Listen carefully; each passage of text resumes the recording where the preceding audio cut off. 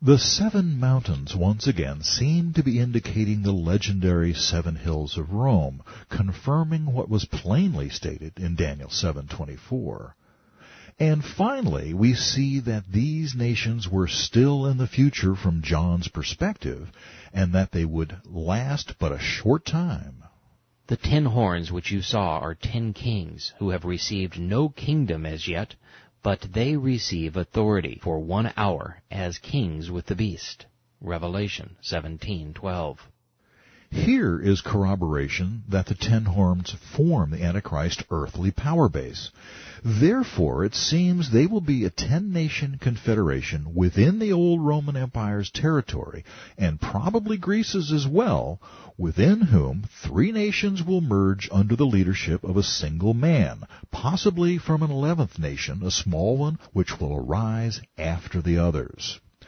Comparing the prophetic picture with the reality of European politics today, we have what appears to be an unbridgeable chasm. Europe is consolidating all right, but not along the lines spelled out in Scripture. At the moment, there are 27 nations within the European Union, far beyond the 10 specified in Scripture. And even more significant, to me at least, is the fact that Germany and the Scandinavian nations, varsity players in modern Europe, were never part of the Roman Empire, nor were the old Soviet bloc nations of Eastern Europe that are now, in our post-Cold War era, starting to look to the West, toward Europe, to redefine their destinies. Right now, it all looks impossible. But remember, as late as 1945, a Jewish state in Palestine, as required in Scripture, looked impossible too. 3 years later, it was reality. That being said, I have formulated a theory as to how this 10-nation empire of the Antichrist might come about. Please bear in mind that this is all somewhat speculative. First, let us quickly review the ground rules. The 10 horns, or the nations of Daniel and Revelation, the Antichrist's 10-nation kingdom, are defined as follows. 1. They must be part of the old Roman Empire and include the city of Rome, Daniel 7:7, 9:26, and Revelation 17:9. 2. The final form of this nation, the toes of Nebuchadnezzar's visionary statue, will be mixed, part strong, part weak, and its parts will not adhere to each other.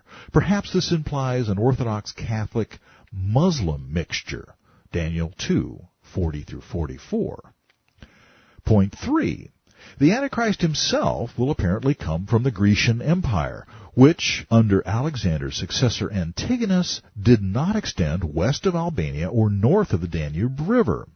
You can see Daniel 8:21-24 for that. It should be noted that, like Napoleon or Hitler, the Antichrist will not necessarily be born in the same nation in which he rises to power. 4.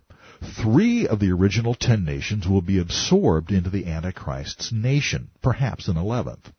You can see Daniel 7 verse 8, 23-24, and Revelation 13:1 for that.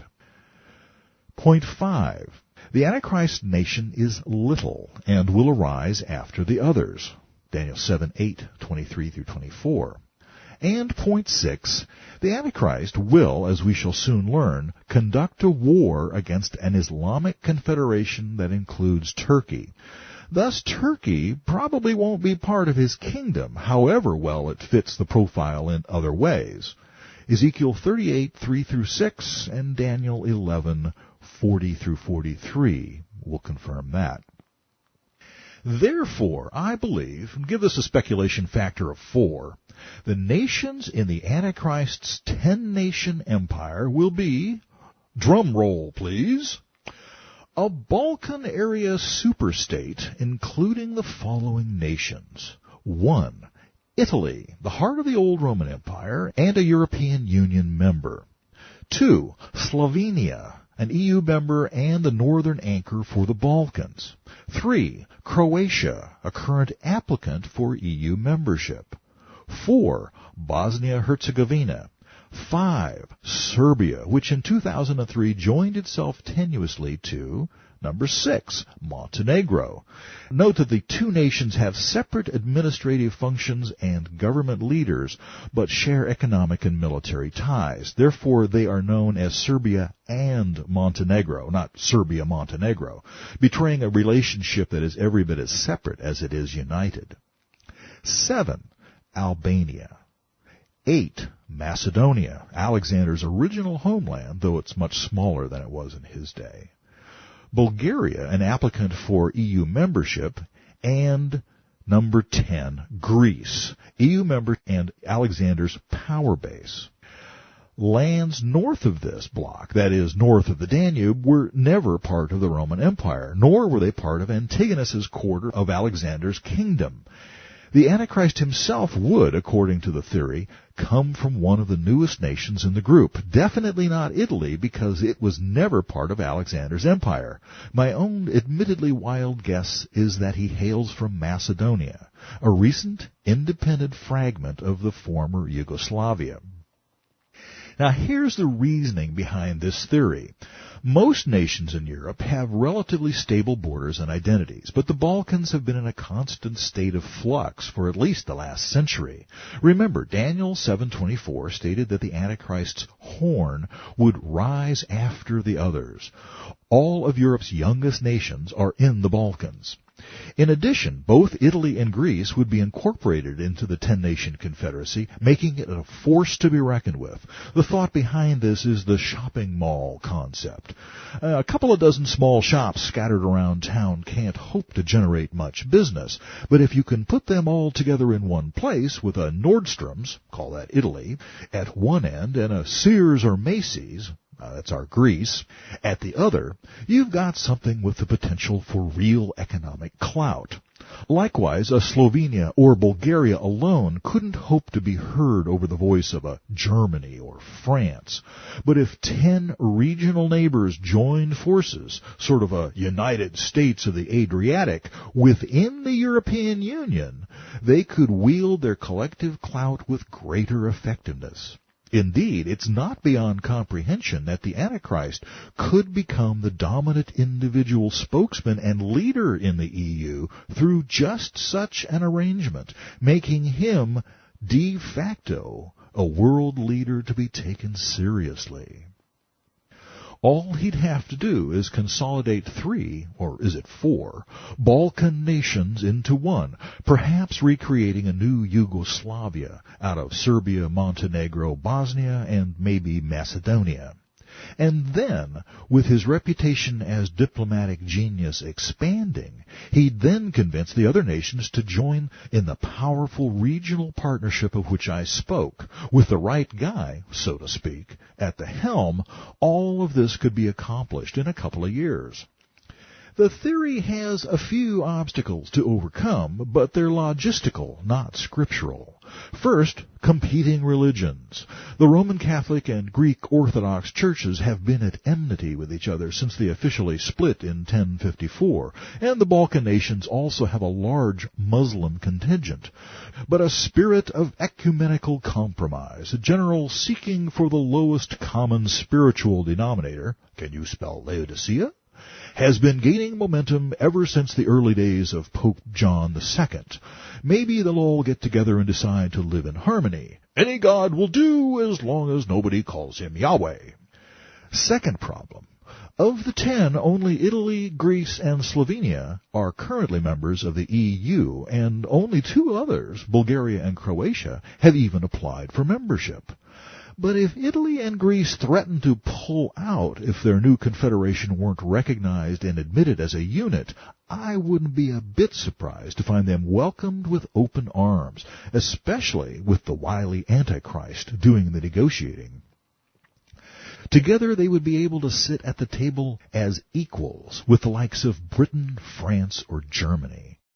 Being part of the EU isn't required in Scripture, mind you, but this general scenario smooths over some logistical rough spots, like NATO ties, read access to nuclear weapons. close relationships with European central banks, and the Antichrist's unquestioned diplomatic status in the world community of nations.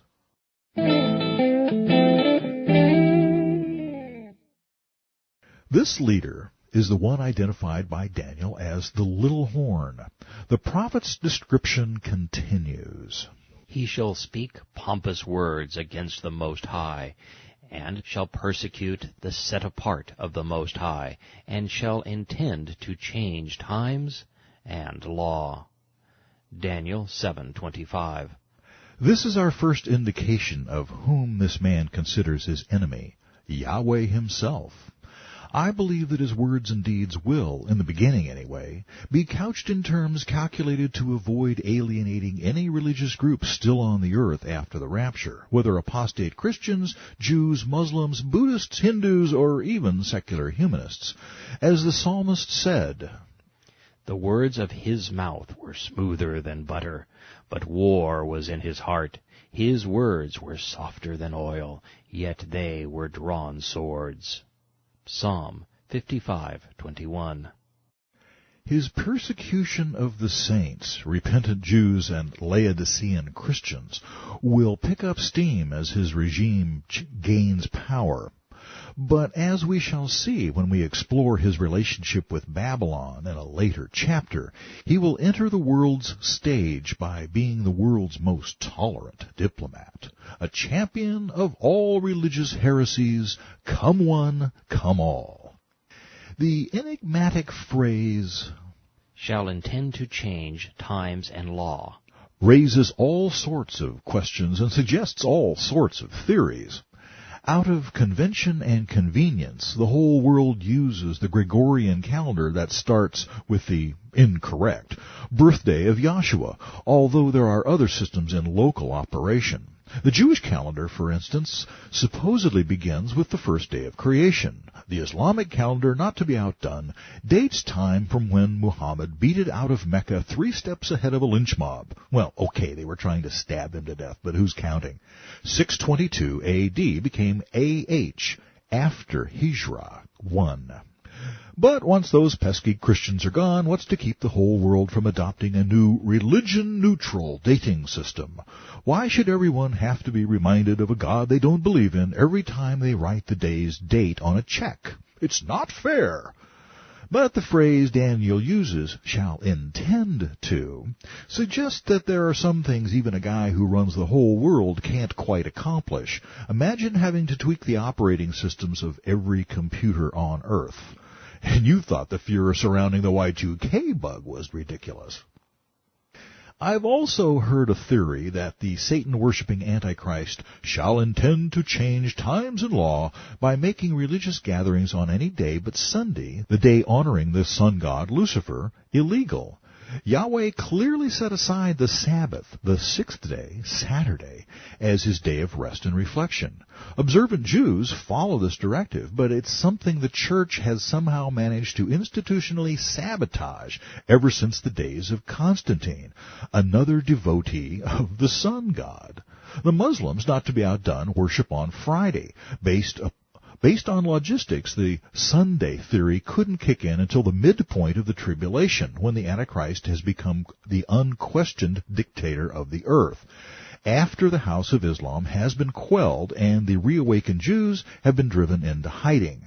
These things will happen, but I'm getting way out ahead of our story. Daniel's visions of the Antichrist weren't finished. Morphed into another description of Antiochus Epiphanes, we find these clues. "And in the latter time of their kingdom, when the transgressors have reached their fullness, a king shall arise, having fierce features, who understands sinister schemes. His power shall be mighty, but not by his own power. He shall destroy fearfully, and shall prosper and thrive. He shall destroy the mighty, and also the set-apart people. Through his cunning he shall cause deceit to prosper under his rule, and he shall exalt himself in his heart, and he shall destroy many in their prosperity. He shall even rise against the prince of princes." Daniel 8:23 through 25.